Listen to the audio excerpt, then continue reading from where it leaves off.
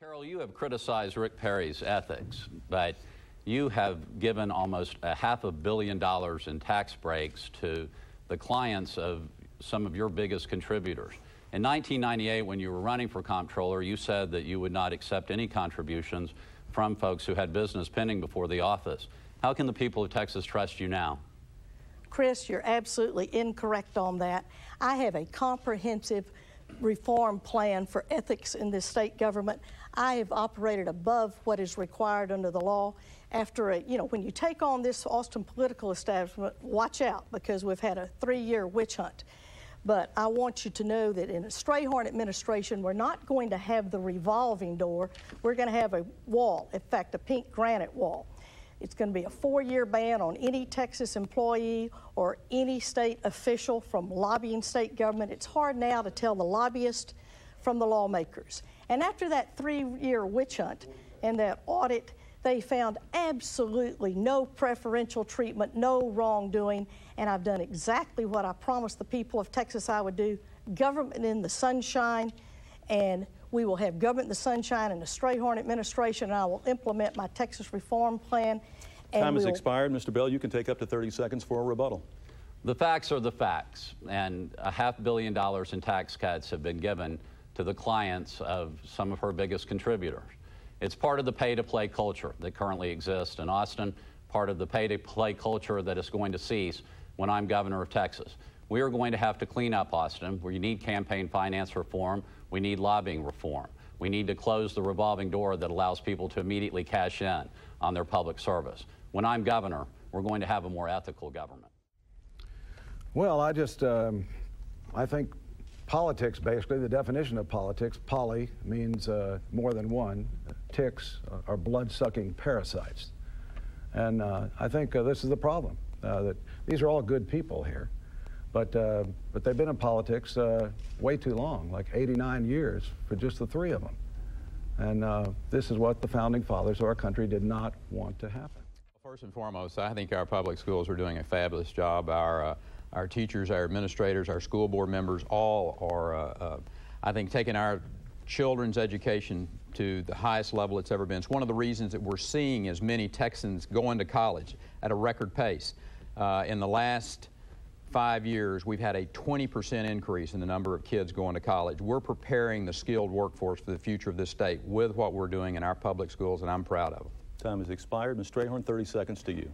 Texans are excited about my campaign because they know I will be a governor for all Texans. We're going to put Texans first, not the special interest. With my Texas First agenda, we're going to have real great schools for our kids and real security for our families and a responsible government for all Texans.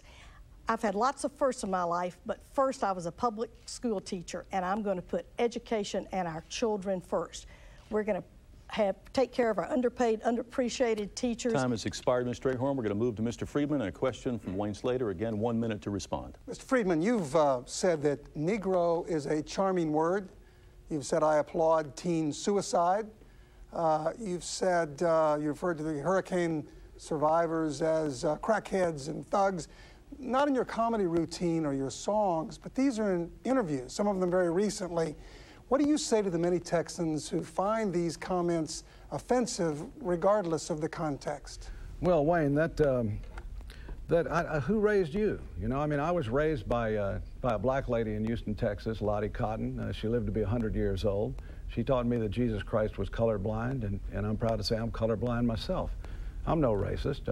I'm a realist. Anybody who knows me knows I'm not a racist. What this does, though, is it diverts attention away from things that are troubling real Texans. The crime situation in Houston, I haven't heard any of the candidates talk about it but me. The fact that 20% of the murder rate of Houston this past year is caused by evacuees. Now, I want $100 million sent down there, should be now, to law enforcement to put 1,000 more cops on the street. This isn't being done. You can't be afraid of offending people, Wayne. If you're afraid of offending people, if you ain't offending somebody, you ain't getting anything done. Okay, that's the facts. That's the point. Governor, you have 30 seconds to respond. Mr. Friedman, words matter. And if you're going to be the governor of the greatest state in this nation, you bet you use those types of terms, and it's going to deflect from being able to do the good things that need to occur in the state. You're absolutely right with that. And using that terminology, whether it's on a stage or whether it's in the governor's mansion, is absolutely and totally unacceptable. Ms. Strayhorn, 30 seconds for a rebuttal. Again, a governor for all Texans, and a governor for all Texans understands that inappropriate comments are inappropriate anytime, any place, anywhere. We're going to pull together Republicans, Democrats, Independents, African Americans, Hispanics, Anglos.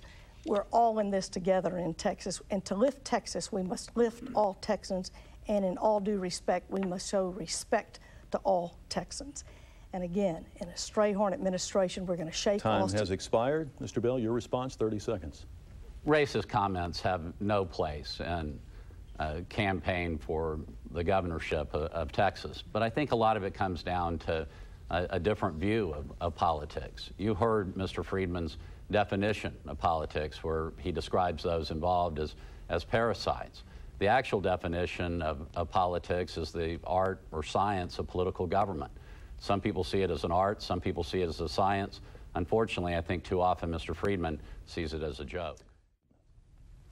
This question is for Kinky Friedman. It comes from Willie Gonzalez, Sr. in San Antonio. He asks, will you have a cigar in your mouth daily if you're elected our new governor? He says children will see you and they may start a bad habit such as yours. Well, when you talk about role models, John, Willie rather, when you talk about role models, our first and our most greatest visionary governor was an opium addict and a drunkard. His name was Sam Houston. And present company excluded, of course. He was the best governor we've ever had. I mean, a great governor. He was not a great role model for kids, probably. So, yeah, I will probably smoke, well, I'll definitely smoke cigars, yeah. Governor, I'd like to go back to the Trans-Texas Corridor that we've talked about a little bit tonight. As you know, it is going to encompass hundreds of thousands of acres all across Texas. Last election, you touted your support for families and property rights. What do you say to the farmers out there who supported you last election, who are now livid that a foreign company and some of your political contributions will benefit at their expense? Well, first and foremost, you're absolutely correct about me being a farmer and a rancher. That's what my roots are. That's where my heart is. That's where it will always be. There is no one standing before you today that has more closely ties to the rural areas of the state than myself. I was the agriculture commissioner for 8 years. Here's what people understand, or some don't understand, about the corridor concept. Over the next 50 years, you're going to see roads being built. 50% of our population's in the I-35 corridor. Our population is going to double by 2040.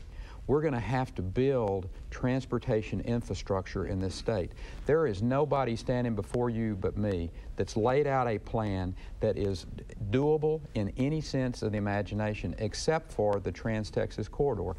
And that concept is being built today because it is the only feasible way that we can do it, Christine. But what about the farmers? What, you know, they're upset that their land is going. And you know, Governor Briscoe, when I first laid this concept out, he came to me at a Christmas party and he said, Rick, he said, let me tell you, when I laid out the farm-to-market road system concept almost a half a century ago, he said the agricultural community was some of the ones that fought me the hardest on it. He said, but the fact is, in hindsight, they understand now how powerful it is for their communities. I will suggest to you that those agriculture producers, by and large, will see the benefit for their communities, and we will see as a state that we can continue our economy in this state. If we don't build transportation infrastructure, people will no longer live here. We had 650,000 new jobs created in this state in the last 3 years. If you don't mind interrupting with one quick question. Yes, we talked a little bit about the political contributions. 3 central figures in Sintra have given you hundreds of thousands of dollars. Don't you consider that a conflict of interest? Not at all, because that is a totally transparent process. One thing about my campaign contributions, they're all reported. People see clearly who I have appointed to places, and that was a competitive bid process that everyone in the state of Texas had a chance to do. It was looked at, and all of those records now are public. And there is nothing that anyone has said that is anything other than this was an upfront deal that a company that happens to be partnered with a Texas company has won that contract, and Texas will be better for it.